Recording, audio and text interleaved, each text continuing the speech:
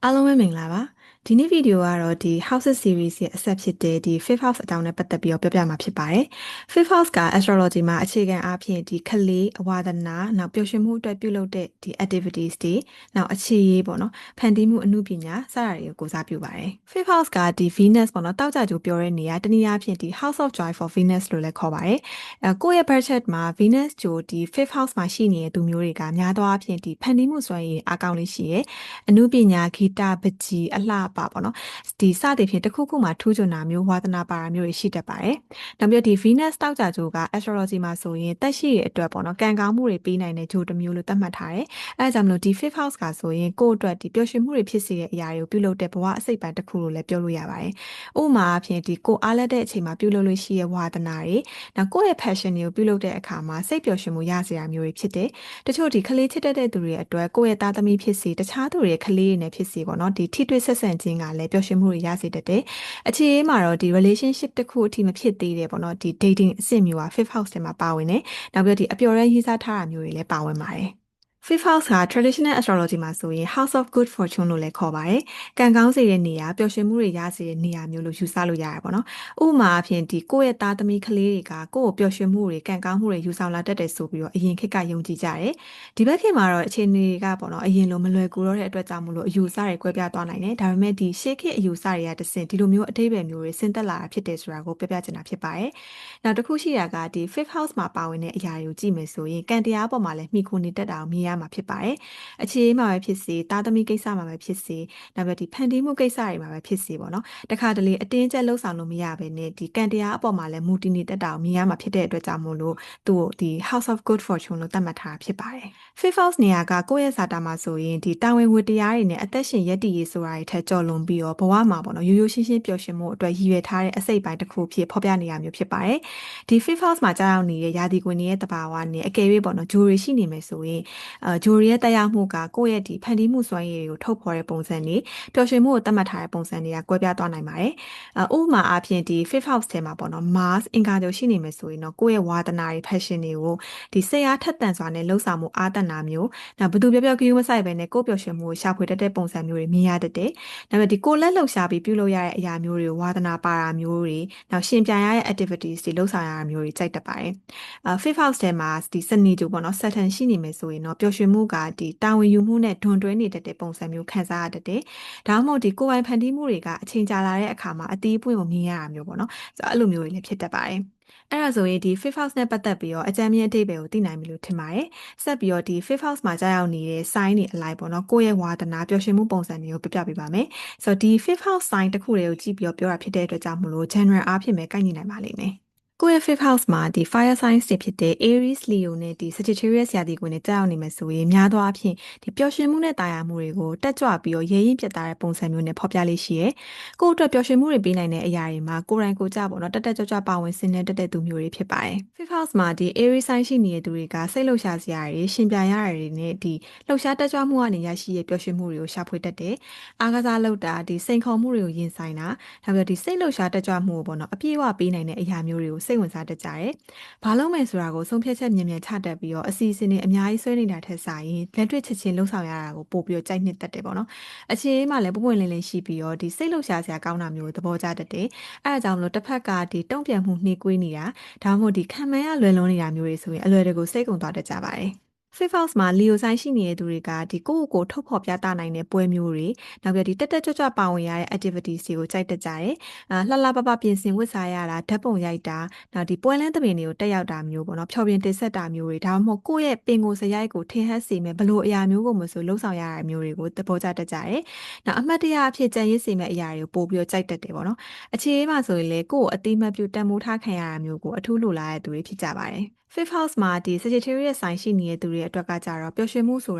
ာစွန့်စားခြင်းစူးစမ်းလေ့လာခြင်းနောက်ဘဝအတိတ်ပဲရှာဖွေခြင်းတွေနဲ့ဆက်ဆက်နေတတ်တယ်။ပညာဘဝတုဒ္ဒအသစ်တွေကိုလေ့လာတာခရီးသွားတာနောက်စိတ်အမြင်ကိုကျယ်ပြန့်စေမဲ့အတွေ့အကြုံတွေကတဆင့်ပေါ့နော်ပျော်ရွှင်မှုတွေကိုရှာဖွေတတ်ပါတယ်။ရွေချက်မရှိတဲ့ပျော်ရွှင်မှုတသက်မဟုတ်ဘဲနဲ့ကိုယ့်ကိုယ်ဒီတိုးတက်ရင့်ကျက်စေမဲ့လမ်းစဉ်တွေကိုရှာဖွေတာမျိုးဖြစ်ပါတယ်။နောက်လိုက်ရုံးကြီးတွေရှိတဲ့အစီအစဉ်မျိုးတွေကိုသဘောကျပြီးတော့ဒီချုပ်ချယ်ကန့်သက်ခံရတယ်လို့ပေါ့နော်ခံစားရတဲ့မျိုးတွေကိုမကြိုက်ကြဘူ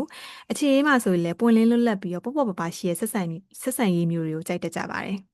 ကိုယ့်ရဲ့ fifth house မှာ water sign တွေဖြစ်တဲ့ Cancer, Scorpio နဲ့ဒီ Pisces ရာသီကိုနေကြောက်နေမယ်ဆိုရင်များသောအားဖြင့်ပေါ့နော်ခံစားချက်တန်ရောစင်နဲ့ဒီစိတ်ပိုင်းဆိုင်ရာနှက်ဆိုင်မှုတွေပါဝင်တဲ့ပျော်ရွှင်မှုပုံစံတွေကိုပို့ပြီးတော့ကြိုက်တတ်ကြတယ်။ကိုယ့်အတွက်ပျော်ရွှင်မှုကဒီမေတ္တာတရားယဉ်ကျေးနှွေးထွေးမှုနဲ့အဓိပ္ပာယ်ရှိတဲ့စိတ်ပိုင်းဆိုင်ရာအတွေ့အကြုံတွေမှာပို့ပြီးတော့အခြေခံလေးရှိပါတယ်။ Fifth House မှာ Cancer sign ရှိနေတဲ့သူတွေအတွက်ပျော်ရွှင်မှုဆိုတာဒီစိတ်ပိုင်းဆိုင်ရာတတောင့်တတရှိမှုနဲ့ဒီနွေးနွေးထွေးထွေးနဲ့ပေါ့နော်ပြုစုပြောထောင်ပေးခြင်းတွေနဲ့ဆက်နွယ်နေတတ်တဲ့ချစ်ခင်တဲ့သူတွေကိုဂရုစိုက်ရတာလုံခြုံမှုရှိတဲ့ခံစားချက်ကိုဖန်တီးပေးရတာနဲ့ဒီရင်းနှီးကျွမ်းဝင်တဲ့ပတ်ဝန်းကျင်ဒါမှမဟုတ်ဒီအိမ်လိုနေရာမျိုးတွေမှာအချိန်ကုန်ဆုံးရတာမျိုးတွေကိုကြိုက်တတ်ပါတယ်။သားသမီးတွေနဲ့ခိုင်မာတဲ့စိတ်ပိုင်းဆိုင်ရာတန်ရုံးစင်ရှိတတ်ပြီးတော့ကလေးတွေကကိုယ့်ရဲ့အဓိကပျော်ရွှင်မှုအရင်းမြစ်တွေဖြစ်လာတတ်ပါတယ်။ပျော်ရွှင်မှုကိုခံစားပုံကဒီအပြစ်မိုင်းပြတာမျိုးထက်ပေါ့နော်တိတ်ဆိတ်ငြိမ်သက်ခြင်းနောက်အကာအကွယ်ပေးလို့ခြင်းနဲ့ဒီစိတ်ခံစားမှုအပေါ်မှာအခြေခံခြင်းတွေမှာပို့ပြီးတော့များတတ်ပါတယ်။ Fifth House မှာဒီ Scorpio sign ရှိနေတဲ့သူတွေကဒီအပေါ်ယံအတွေ့အကြုံမျိုးတွေထက်ပေါ့နော်နက်ရှိုင်းနဲ့စိတ်လှုပ်ရှားမှုကိုအပြည့်အဝပေးနိုင်တဲ့အတွေ့အကြုံမျိုးတွေကိုပို့ပြီးတော့ကြိုက်တတ်ကြပါတယ်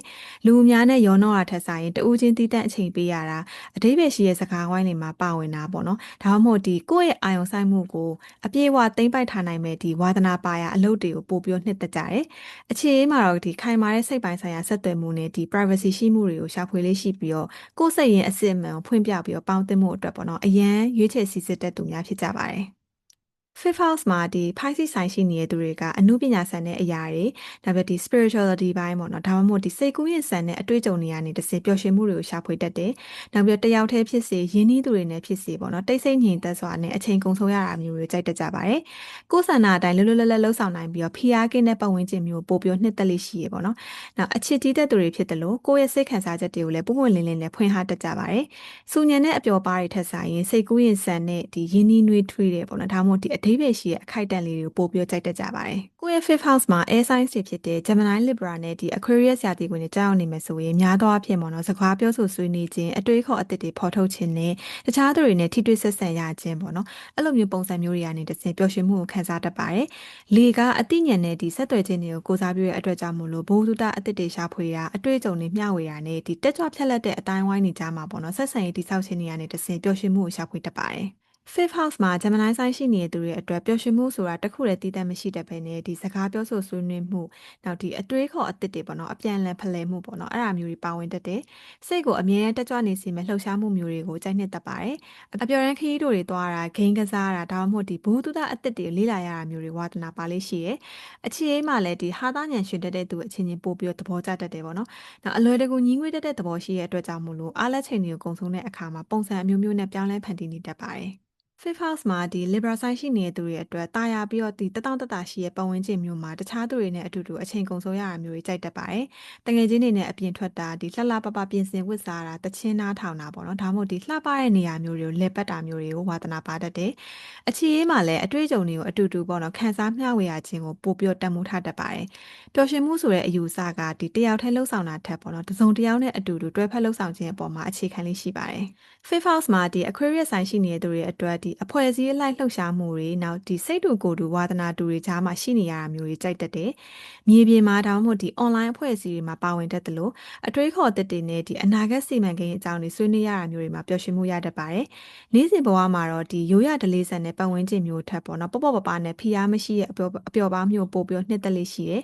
။ထူးခြားဆန်းတက်တာဒါမှမဟုတ်ဒီခစ်ဆန်နှုံးတွေနဲ့မတူဘဲနဲ့ခွဲထွက်နေတဲ့အရာမျိုးတွေကိုလှုပ်ဆောင်ရတာတွေကိုသဘောကျတတ်ပါတယ်။ကိုယ့်ရဲ့ Fifth House မှာ Earth sign ဖြစ်တဲ့ Taurus, Virgo နဲ့ဒီ Capricorn ရာသီကိုနေကြောက်နေမယ်ဆိုရင်တော့ဒီထိတွေ့ကင်တွယ်နိုင်တာတိဆောက်ဖန်တီးလို့ရတာနဲ့ဒီရိုးရှင်းပြီးတော့ပေါ့နော်လက်တွေ့ဆန်တဲ့အရာမျိုးတွေကိုလှုပ်ဆောင်ခြင်းတွေကပျော်ရွှင်မှုတွေရတတ်တယ်။ပျော်ရွှင်မှုဆိုတဲ့အယူအဆကတည်ငြိမ်ပြီးတော့ရည်ရွယ်ချက်ရှိမှုတတောင့်တတရှိမှုနဲ့ဒီရေရှည်တန်ဖိုးရှိမှုတွေနဲ့လည်းဆက်ဆက်နေတတ်ပါတယ်။ Fifth House မှာဒီ Taurus sign ရှိနေတဲ့သူတွေအတွက်ဒီအေးဆေးပြီးတော့ပေါ့နော်တတောင့်တတရှိရဲ့ခံစားမှုမျိုးရစေရဲ့ပျော်ရွှင်မှုတွေကိုကြိုက်တတ်တယ်။အရသာရှိရဲ့အစားအစာဂီတစိတ်အပန်းဖြစ်စေမဲ့ပတ်ဝန်းကျင်မျိုးဒါမှမဟုတ်ဒီတဘာဝတရားထဲမှာအချိန်ကုန်ဆုံးရတာမျိုးတွေကိုသဘောကျတတ်ပါတယ်။အမြဲတမ်းပြောင်းလဲနေရမျိုးထက်တည်ငြိမ်ပြီးတော့ပေါ့နော်ကိုနဲ့ဒီရင်းနှီးကျွမ်းဝင်ပြီးသားအပျော်ပါပုံစံမျိုးပို့ပြီးတော့ကြိုက်တတ်ကြတယ်။အခြေအေးမှာလည်းဒီတည်မြဲမှုအတူရှိနေချိန်မှာဒီပေါ့နော်စိတ်အေးချမ်းသာယာမှုခံစားရမှုပေါ့နော်အဲ့ဒါမျိုးတွေကိုတန်ဖိုးထားတတ်ကြပါတယ်။ Fifth House မှာဒီ Virgo sign ရှိနေတဲ့သူတွေအတွက်ပေါ့နော်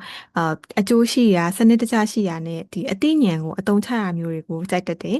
စာဖတ်ခြင်းအစီအစဉ်ဆွဲခြင်းနောက်ဒီလက်မှုပညာဖန်တီးခြင်းပေါ့နော်ဒါမှမဟုတ်ဒီကျွမ်းကျင်မှုအသစ်တွေကိုလေ့လာစီးပူးခြင်းဆိုတော့အဲ့လိုမျိုးဝါသနာပါရအလုပ်လေးရနေတစ်စင်ပျော်ရွှင်မှုကိုရှာဖွေတတ်ကြပါတယ်အေးအေးဆေးဆေးနဲ့ဒီစနစ်တကျရှိရဲ့အပျော်ပါးမျိုးကိုပို့ပြီးတော့ကြိုက်တတ်တယ်အခြေအေးမှာလည်းဒီကိုယ့်ရဲ့ဂရုစိုက်မှုပေါ့နော်အသေးပဲရှိရဲ့လုပ်ရက်တွေကတစ်စင်ပြသတတ်ပြီးတော့အသေးစိတ်အချက်လက်လေးတွေပေါ်မှာလည်းအလေးထားတတ်ကြပါတယ်